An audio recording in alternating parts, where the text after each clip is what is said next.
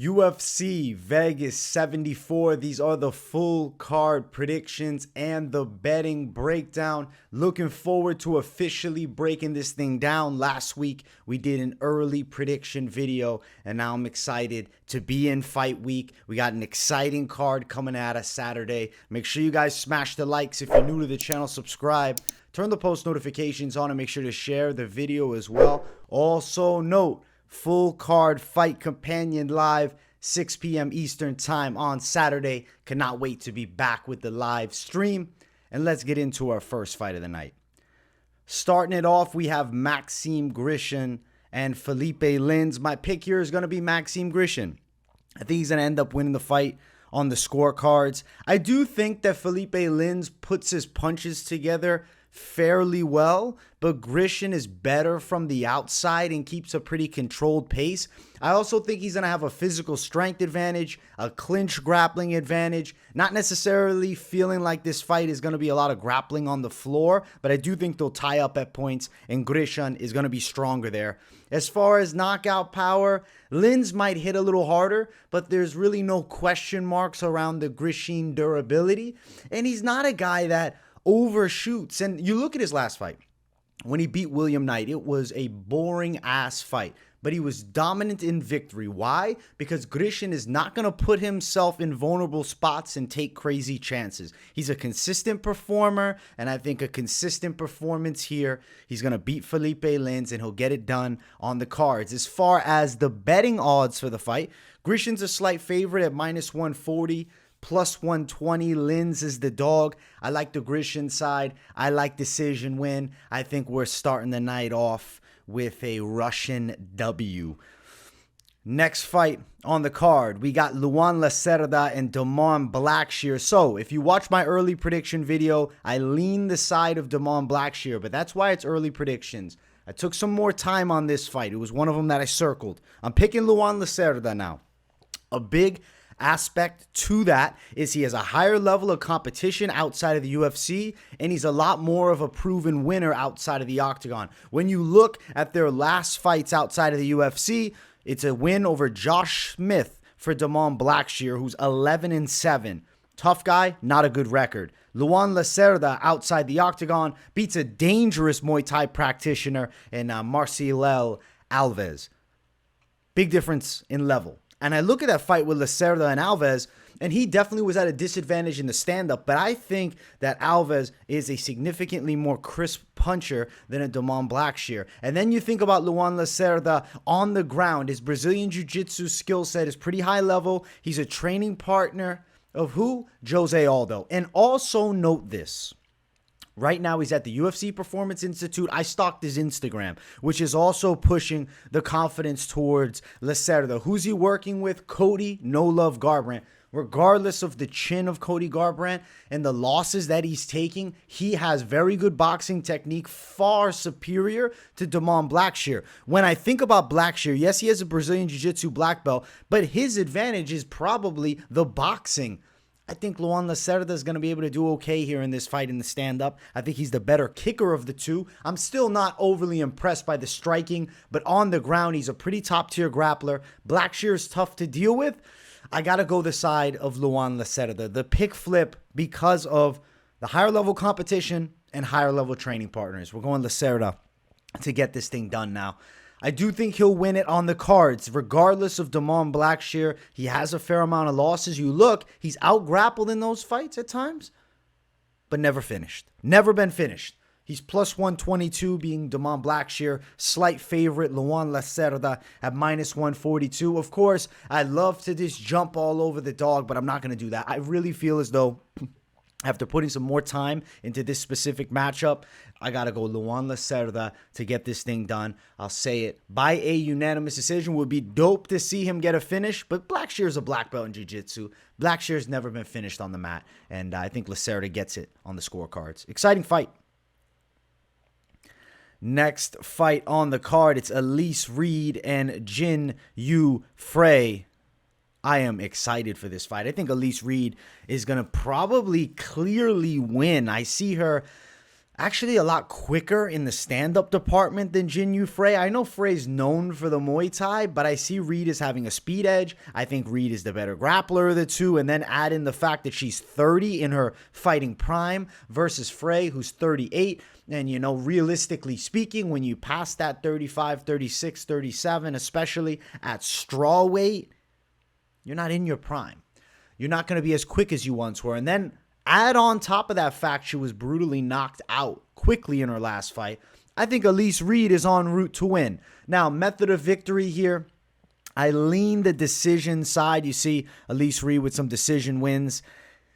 I'm not saying it's impossible, though, for her to potentially put the combos together, hurt Frey, get her on the ground, dominate position, and stop it.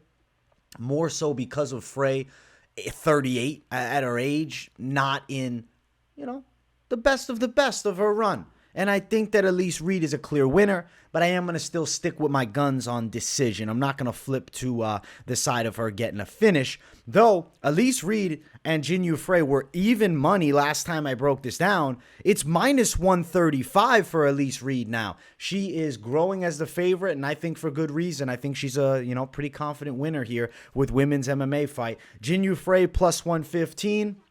I think Elise Reed does her thing. She's in her prime. I believe Frey is not. I think that Elise Reed puts her combos together quickly, and I also think she has a grappling edge, which should help her to defeat the tough Muay Thai practitioner. So we're going Elise Reed to win it. Next fight, we got Daniel Willie Cat Santos versus Johnny Munoz Jr. I've been picking Willie Cat all the way through and through. I've broke this fight down several times now, and I'm on Team Willie Cat. I like Willie Cat a lot. I would say I am a Willie Cat fan. He's a chute box guy with Diego Lima, training with Charles do Bronx Oliveira. Has a nice win over John Castañeda. Super tough, extremely dangerous stand-up game. I look at Munoz, I see decent striking, solid grappling, but nothing stands out as wow. Whereas Willie Cat, tough as fuck, knockout power, explosive. He's got that savage dog in him, and he's training with absolute savages at Chute Box. And also note this, he's got good Brazilian jiu-jitsu skills. I think he's more creative with his jiu-jitsu than his opponent. I'm going to go Willie Cat to win. Inside of the distance was the official call, but I'll say knockout. I think sub is also possible, though. Inside of the distance, Willie Cat is getting it done. And what should be a pretty fun fight, because Johnny Munoz Jr. does bring it. Willie Cat's minus 190, the favorite. Munoz Jr. at plus 165. I'm on Team Willie Cat, minus 190. I think he's getting it done. And I'll say that it's going to be a stoppage win. So inside of the distance could be a prop to look at here. Next fight on the card, we got Andrei, the Pitbull Arlovski versus Lord Kong, Don'Tale Mayes. Don'Tale Mayes, listen, he's just unimpressive, man. He's unimpressive. Iffy stand-up game, not super quick, lacks quality jiu-jitsu, but he's big as fuck, 6'6". He's got a reach and height advantage over Andrei Arlovski. I'm picking the Pitbull Andrei Arlovski, who's 44, nearly 45. I'm just talking about fighters being out of their prime at 39, and now I'm picking a 44-year-old. I just think Arlovski is the significantly better technical fighter than Don'Tale Mayes, and Mayes is not a guy that's shown me this one-shot knockout power. So Arlovski, we can say the concern is his chin. He's got a guy that I don't think can land clean shots really on him, unless Arlovski, after that loss to De Lima, is fully shot. I don't think he is. I think Arlovski can still put his punches and kicks together extremely well. I think he's got a clear speed advantage over Don'Tale Mayes, and he's just a way better fighter. I'm picking Andrei Arlovski regardless of the fact that he's nearly 45 years old. So give me the Pitbull, give me a decision, because Andrei Arlovski is a decision winner for the vast majority of his fights. At least lately. Not in his prime of primes, but now. This 40-year-old Arlovski is decisions. Now, he's a slight underdog. The line shifted. It was actually favoring Arlovski previously. Now it's Don'Tale Mayes. Minus 124, Don'Tale Mayes. Plus 104, Andrei Arlovski. I'm going heavyweight underdog. I'm going for OG Andrei Arlovski to take out Don'Tale Mayes, man. I can't pick Don'Tale Mayes, especially after that Augusto Sakai letdown performance when I was a bit confident that Mayes could pull off an upset. Stupid-ass pick on my end. But yeah, Andrei Arlovski's got him. I'm picking the Pitbull. Next fight on the card, John Castañeda versus Muin Gafurov. This is a new fight. It was supposed to be Macon Mendoza versus Castañeda. He pulls out. Gafurov jumps in. And listen, you guys know my rule. Very rarely do I ever pick against the OV. And majority of the time when you do pick against it, you're in big trouble. There's very rare, circumstances where you're going against the OV, meaning the last name. If you don't know the channel, you don't know probably what I'm saying. Gafurov, OV at the end. You see that? The OV, the last two letters, you know you're in trouble. Castañeda is a good fighter, but Gafurov's going to win. I know it's short notice, but he's 27. He's training his ass off at all times. You got to remember this. He fought John Lineker in one championship. He fought Chad and Helliger on Contender Series. Didn't do great in that fight. He controls his pace better now. And he actually is showing some striking skill. You look at his last performance outside the UFC, got himself a spinning kick to the body win, liver shot. That's not something you expect from the grappler. He puts on like looping strikes to push you backwards and shoot takedowns. Now, Castañeda can wrestle too, and he's definitely a scrappy striker, but I do believe that Gafurov is going to be incredibly tough to deal with because he is the better grappler here. Wrestling department, you got a Sambo champion in Gafurov. Castañeda is a junkyard dog scrapper, but I think that you're going to see the side of Gafurov, get a hold of him, control him against the cage, back him up, and win this thing. I'm going to say that Gafurov, even on short notice, he's 27. He should be ready to fight at all times. He's prepared to go the full distance, and I think he beats John Castañeda by a unanimous decision and starts building some momentum now in his UFC career. Now, as far as the odds, right? I have looked up and down for him, and finally, they come through. And what are they? You have an OV as an underdog. That's an auto pick majority of the time. Plus 132, Muin Gafurov, and then John Castañeda, the minus 152 favorite. I'm going the Gafurov side. I'm going the OV underdog for victory here. I think he beats John Castañeda on short notice with a pressure grappling attack. Got to pick the Sambo champ. Castañeda can mix it up with his hands, but he's going to be getting backed up constantly, and Gafurov is going to keep shooting, and I think he'll be successful. So give me Muin Gafurov showing improvements to get himself a victory here. Next fight on the card brings us to our featured prelim of the night. It's Elizeu Zaleski versus Abubakar Nurmagomedov. Listen. Abubakar, I say his name wrong constantly. I'm picking him to win. I'm picking Abubakar to beat Elizeu Zaleski. I know he's got that one unfortunate loss to Zawada. He got triangled. But you look at the Nurmagomedov grappling style. He put it on Omar Gadzhiev last time out. And I do believe Gadzhiev can grapple his ass off rather. He's going to have a clear grappling edge over Zaleski, who's got nice jiu-jitsu, and he's really a dangerous striker. Zaleski's got nasty kickboxing. He's always been explosive and dangerous in his stand-up. But how is he going to deal with Nurmagomedov, who in my opinion has developed a solid stand-up game, fights out of the southpaw stance, patient attack, picks his shots for takedowns well, and he lands them. I think chain wrestling attack, pressure, I think actually a surprisingly competitive stand-up game for Nurmagomedov, and I think he's getting his hand raised over Elizeu Zaleski this Saturday. I'm going to pick Nurmagomedov to win this thing by a judge's decision. I think it's going unanimous decision. Zaleski also 36. He's been out for a year and a half. It was an impressive beatdown he put on Benoit Saint-Denis, but Nurmagomedov is a real jump up from Benoit Saint-Denis. He's a good grappler, man.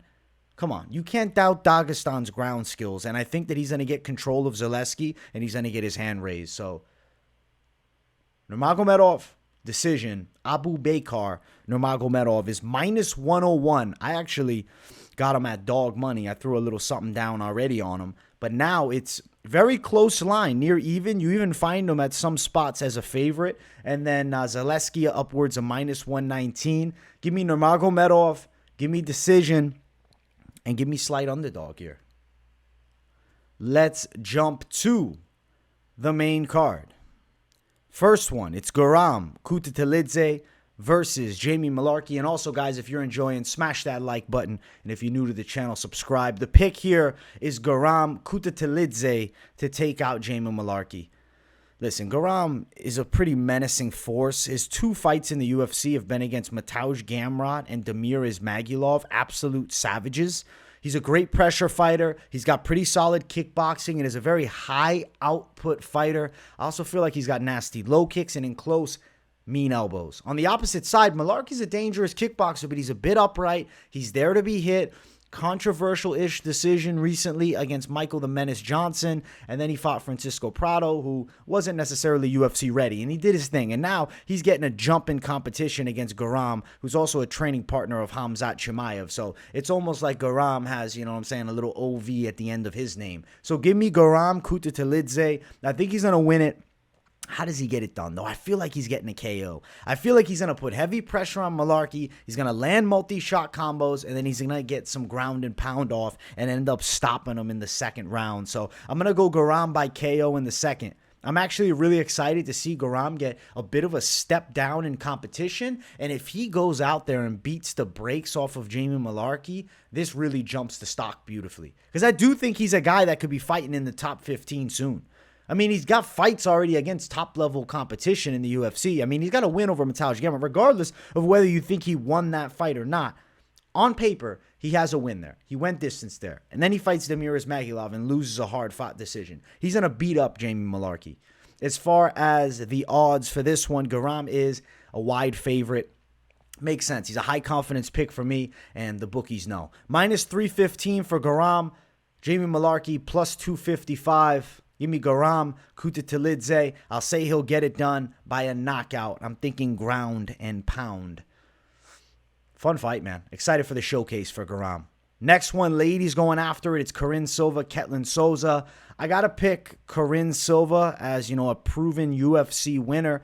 She's got the, Contender Series W, got the UFC win. I feel like she's going to be able to beat Souza. And it's not like I don't think Souza's got some decent stand-up. She's got good grappling, too.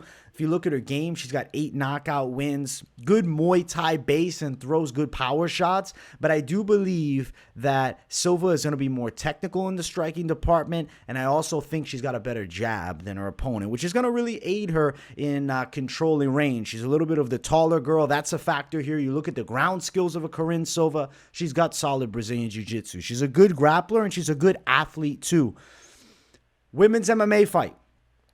Girl making the debut from Brazil versus a 1-0 girl from Brazil, but at least proven on that Contender Series and then in the UFC with a W. So I got to go with the UFC winner. I got to go with Karine Silva to get it done in her sophomore outing. I think she's going to do it on the scorecards. I feel like Souza's going to end up bringing the fight, and people will say, oh shit, this girl's actually pretty dangerous, and I don't think she's going to be absolutely bullied out there. I think she'll put up some resistance and fight, but ultimately it's not going to be enough. I see this as the Karine Silva show, and I think she's getting it done. Unanimous decision. I could see a 3-0, but there's potential for a 29-28. I could see Souza landing some big strikes on the feet.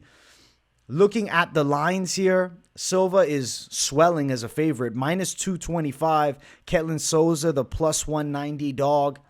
If I'm talking about betting on this one, the smart move when you have an over 2-1 favorite in the women's action who's only got one UFC fight is probably chilling, sitting back, and just watching this one. But I do think Karine Silva, I'm pretty sure she's getting it done, but not like one of the favorite bets.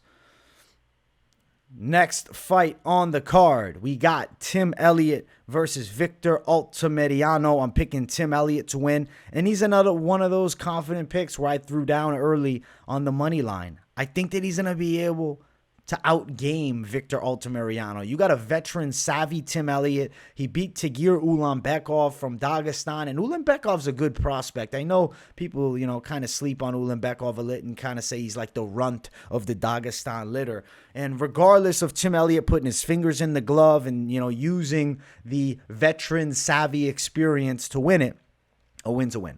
And in this fight here, he's got that edge.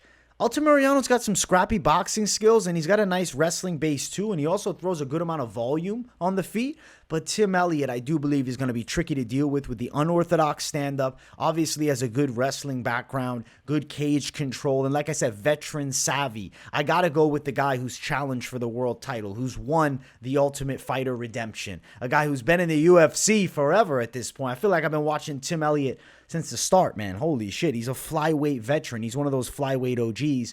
And at 36, I don't think he's slowed down. And if he has, it's not all that noticeable yet, especially now when you throw him Altamirano, who regardless of a beautiful 12-2 record, I mean, he's got 12 wins. Tim Elliott's got 12 losses. Massive gap in the experience. And you look at the wins, the Lacerda win, it's a good W, but I mean, Lacerda is just super iffy. Lacerda's an iffy guy to fight. Salvador win, that was impressive. I picked Altamirano to take out Salvador. And then you look, Carlos Hernandez lost. That doesn't tell me none of those fights equal win over Tim Elliott. So I'm picking Tim Elliott, and I'm pretty confident he wins it on the cards. Now, I know he's going through a recent divorce and shit, and his wife did him dirty as fuck. So hopefully the mental state, he's able to really dial in and focus. I do believe he's going to. And I'm thankful that I threw something down on that money line early, because right now it's minus 185 for Tim Elliott. I believe I got it at minus 150.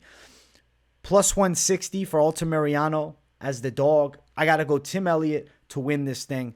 Veteran savvy, unanimous decision. Let's go, Tim. Next fight brings us to the featured bout of the night. My pick for this one, it's between Jared Gordon and Jim Miller. I've been going Jared Gordon, but I have to acknowledge some red flags. He was brutally dropped and hurt, really knocked out by Bobby Green with a headbutt and ground and pound. And that wasn't that long ago. I mean, it's a month. It's a month.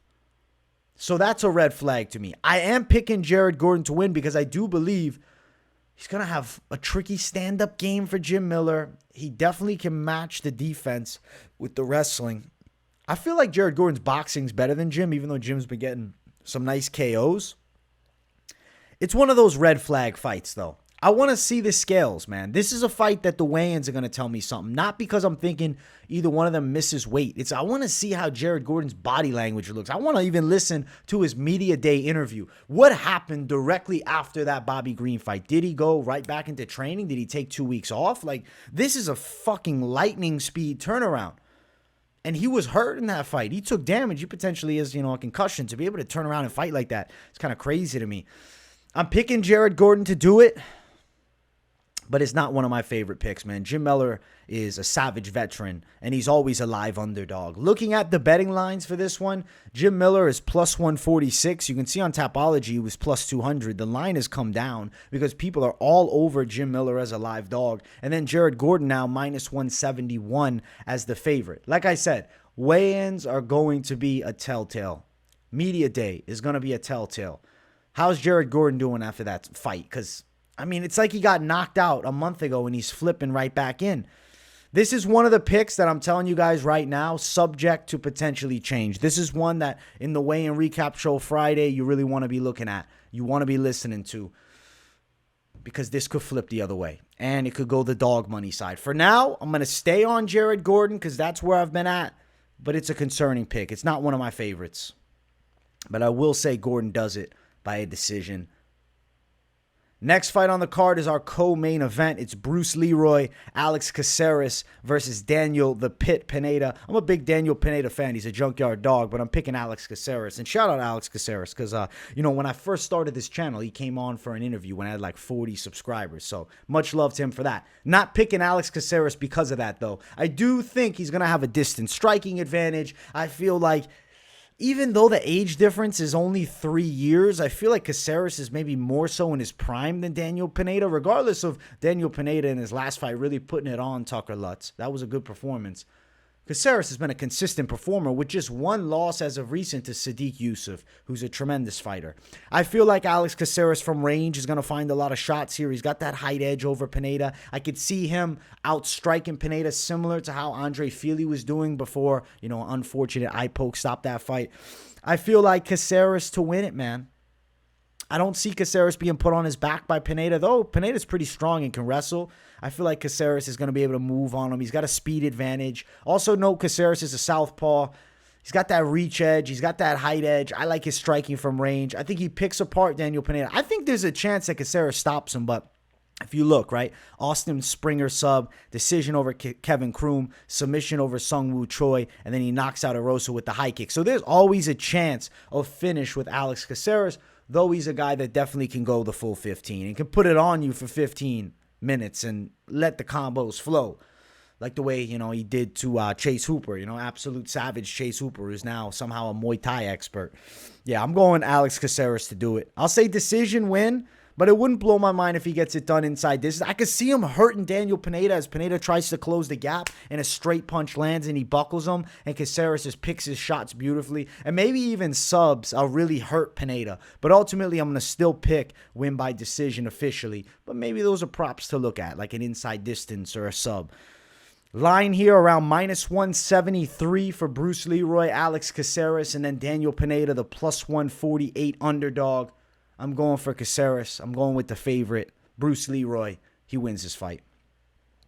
Next fight brings us to our main event. If you guys haven't yet, make sure you smash the like button. And if you're new to the channel, subscribe. The pick here for me is Kai Kara-France. Amir Albazi is a specimen grappler, yes. But Kai Kara-France is A1 takedown defense. Look at the Brandon Moreno fight. He's stopping Moreno's takedowns and he's hurting him on the feet. And then Moreno rips him with the perfect body kick. Albazi is not going to pull that body kick out of his ass. It would blow my mind. The odds to that, to me, is like 10,000 to 1. It ain't going to happen.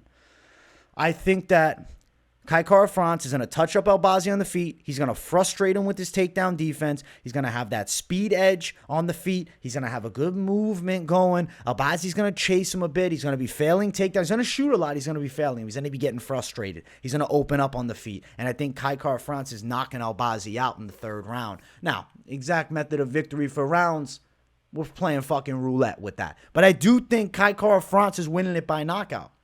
I think he's going to put his hands together beautifully, and he's going to pick apart Albazi on the feet. He'll stop the takedowns. I mean, he was doing so well against the champion of the world. And I'm an Albazi fan too, because I do feel like he's a great prospect. Tight kickboxing style, really good athlete, solid ground skills, extreme couture guy.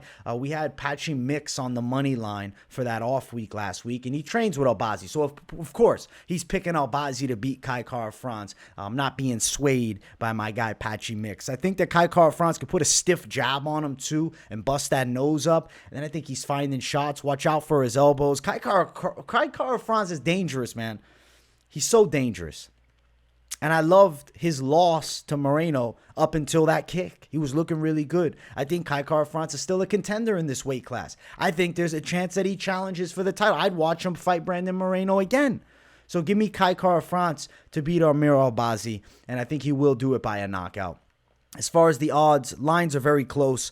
Kai Kara-France was a dog, but now he's an ever so slight favorite at -115. Albazi at -105. We got a Pick'em's main event, and I'm telling you guys, this shit's going to deliver. This is one of those flyweight fights that you can't miss. I'm so excited to have the UFC back. I hate off weeks. I can't wait for the fight companion. I can't wait to sit here and sweat the bets. I can't wait to sit here and watch this beautiful violence in the main event, because the winner of this fight puts themselves in a great spot. I think if I'm the UFC, I wouldn't have rushed Albazi to Kai Kara-France, because I think he's a great prospect you can build, especially for the Middle East, from Iraq. Come on, you can build that market huge with him.